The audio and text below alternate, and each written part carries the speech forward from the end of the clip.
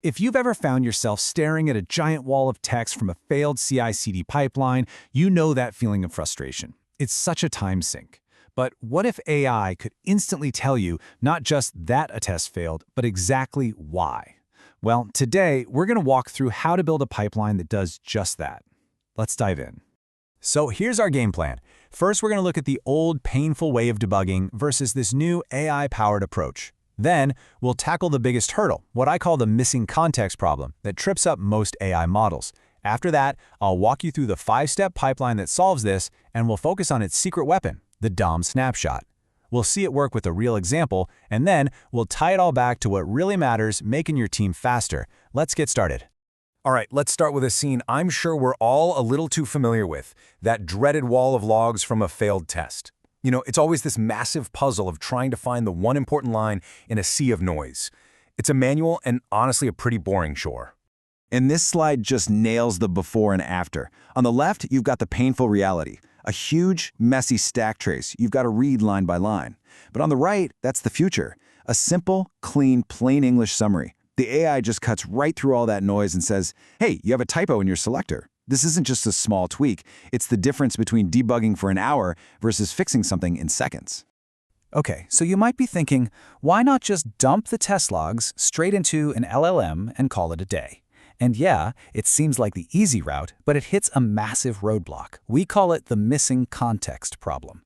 And here's why that simple approach just doesn't work. When you send only the error log to the LLM, the model is completely flying blind. It has no idea what the web page actually looked like at the moment the test failed.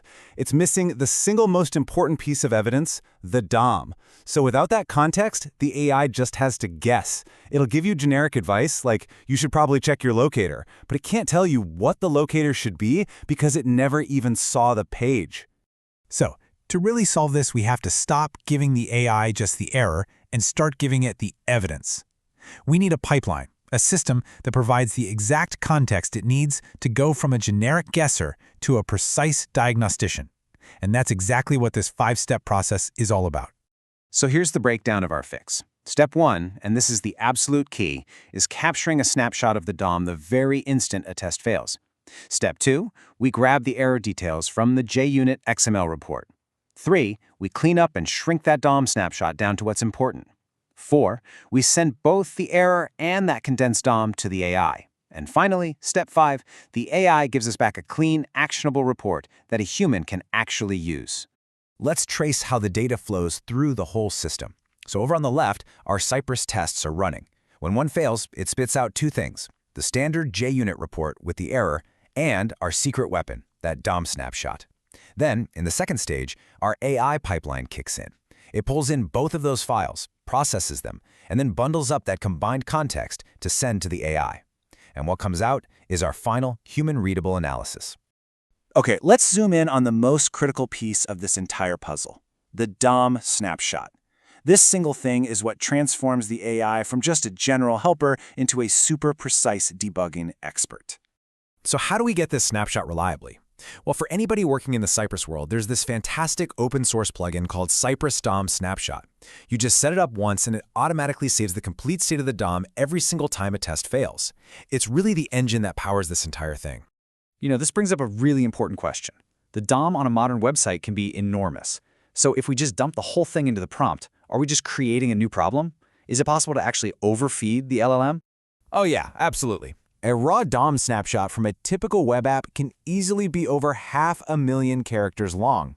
Trying to shove all of that into an LLM's context window is not only crazy expensive, but it's also just bad. You're basically burying the one clue you need in a mountain of irrelevant data, and the quality of the AI's analysis just plummets. And that is exactly why intelligent processing is a must-have.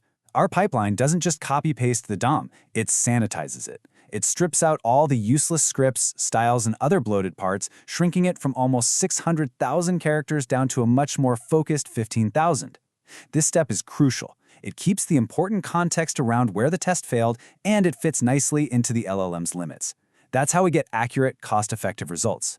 And hey, while we're talking a lot about Cypress here, don't get hung up on that. This core idea is totally framework agnostic. Whether you're using Selenium or Playwright or something else, the principle is the same. Capture the DOM when a test fails. That context is the key, no matter what tool you're using to run your tests. Okay, enough theory and diagrams. Let's see how this all comes together with a concrete, real-world example. This is where you'll really see the magic happen.